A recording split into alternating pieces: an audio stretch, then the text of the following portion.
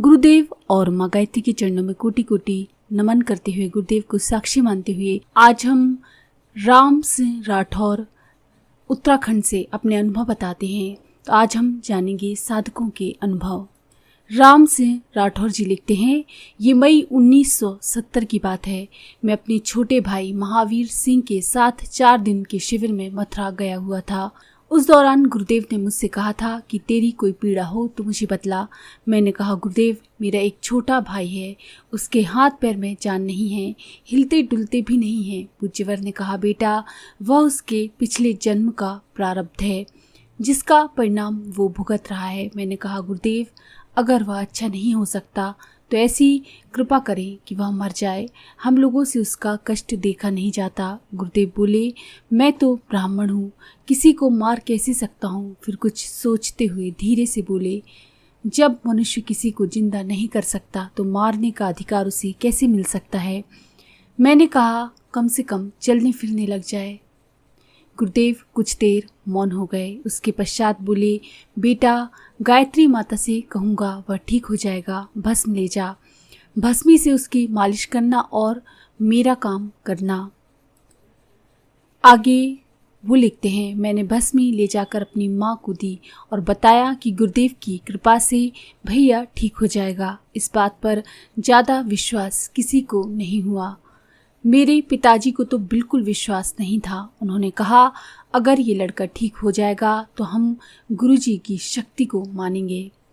आसपास के लोगों में भी ये बात फैल गई थी। सभी लोग उसको देखने आते, डॉक्टर लोग भी बच्चे की स्थिति जानने के लिए आते। मेरी माँ ने भस्म को भाई के अविकसित हाथ पैर में रोजाना लगाना शुरू किया और महामृत्युंजय मंत्र का जप उसके निमित्त शुरू किया। थोड़े ही दिनों में उसके मसल्स बनने लगे। इस तरह देखते देखते करीब 4 महीने बीत गए। लोगों की उत्सुकता बढ़ रही थी। हाथ पैरों में धीरे धीरे जान आने लगी। धीरे धीरे वह चारपाई पकड़कर उठने बैठने लगा और कुछ ही महीनों में वह एकदम सामान्य बच्चे की तरह हो गया। किसी को विश्वास नहीं होता था कि ये वही बच्चा है। हम लोगों की खुशी का ठिकाना ना रहा। पिताजी गांव भर घूमते, लोगों को बताते कि गुरुदेव ने मेरे बच्चे को हाथ पैर दे दिए। उन दिनों गायत्री यज्ञ के लिए कोई तैयार नहीं होता था, पर इस घटना ने हमें यज्ञ करने हेतु बाध्य कर दिया। ठाठरिया चुरू राजस्थान से 6 से 9 मई 1972 तक एक विशाल यज्ञ का निर्धारण किया गया। उस यज्ञ में दूर दूर से लोग आए। जो भी आता वह व्यक्ति पूज्यवर की सिद्धियों से अधिक गायत्री यज्ञ के तत्व दर्शन से प्रभावित होता। हजारों लोग दीक्षा लेकर गए, हजारों का साहित्य बिका। उस क्षेत्र में करीब 50 शाखाएं खुल गईं। इस घटना के बाद मेरा पूरा परिवार गुरुदेव से गहराई से जुड़ गया। मैंने स्वैच्छिक सेवा निवृत्ति लेकर 22 अगस्त 1998 को स्थायी रूप से सेवाएं दे दी।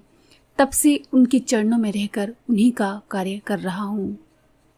तो ये है राम सिंह राठौर जी के अनुभव।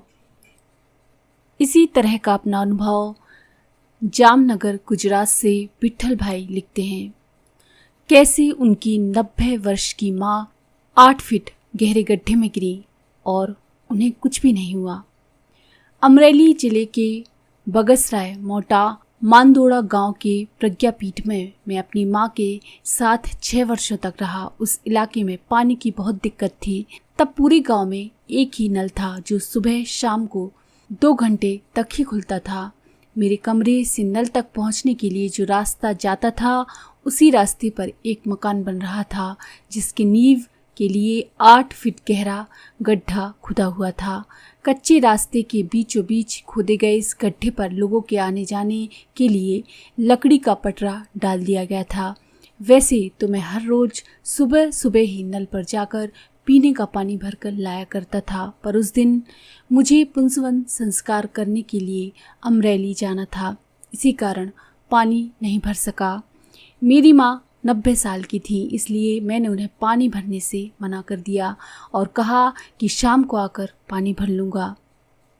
मेरे सामने तो उन्होंने हाँ कर दी, किंतु मेरे जाने के बाद ममता की मारी वे सोचने लगी कि बेटा थक हार कर शाम को आएगा, फिर उसे पानी लाने जाना पड़ेगा। इससे तो अच्छा है कि मैं ही धीरे धीरे पानी ले आती हूँ। ये सोचकर वे पानी लेने चल पड़ी और विधाता को जो मंजूर था वही हुआ।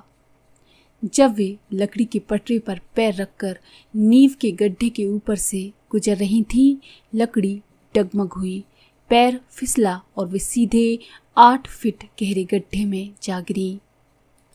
उनके गिरते ही आसपास हल्ला मच गया। पास के स्कूल में 40-50 बच्चे पढ़ रहे थे। शोर सुनकर वे सभी दौड़ पड़े।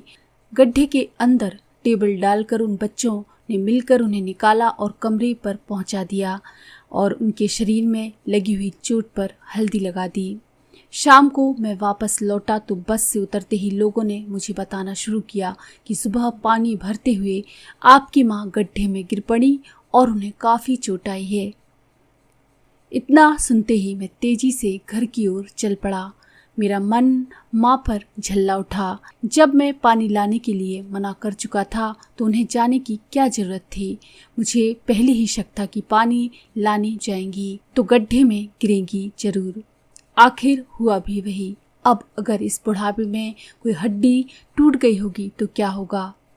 तरह तरह की चिंताओं से घिरा जब मैं घर पहुंचा तो देखा कि वह बिस्तर पर लेटी हुई जोर जोर से कराह रही थी। उनका पूरा शरीर गहरी चोट से काला पड़ गया था। वह मुझे देखते ही बिलख बिलख कर रोने लगी। उनका ये हाल मुझसे देखा नहीं जा रहा था। मैंने गुरुदेव से प्रार्थना की, गुरुदेव, इस मुसीबत से उबरना हमारे बस की बात नहीं। इस उम्र में अगर मेरी माँ चलने फिरने की काबिल नहीं रही तो मैं क्या करूँगा। अब तो आप ही हमें इस मुसीबत से उबार सकते हैं। चिंताओं में डूबा हुआ मैं बाहर निकला और गांव के वैद्य को साथ लेकर वापस आया। माँ की हालत देखकर वे सशंकित भाव से सिर हिलाने लगे। उस समय माँ की स्थिति इतनी नाजुक थी कि वह अपने हाथ पैर की उंगलियां भी नहीं चला पाती थी। उन्होंने कुछ दवाइयाँ दी और जाते हुए कहा, पूज्य गुरुदेव पर भरोसा रखिए, उन्होंने चाहा तो सब ठीक हो जाएगा। गुरुजी का ध्यान करके मैं सो गया। प्रातः उठा तो देखता हूँ कि माँ के कमरे की बत्ती चली हुई है। सोचा माँ तो उठ नहीं सकती, फिर लाइट किसने जलाई।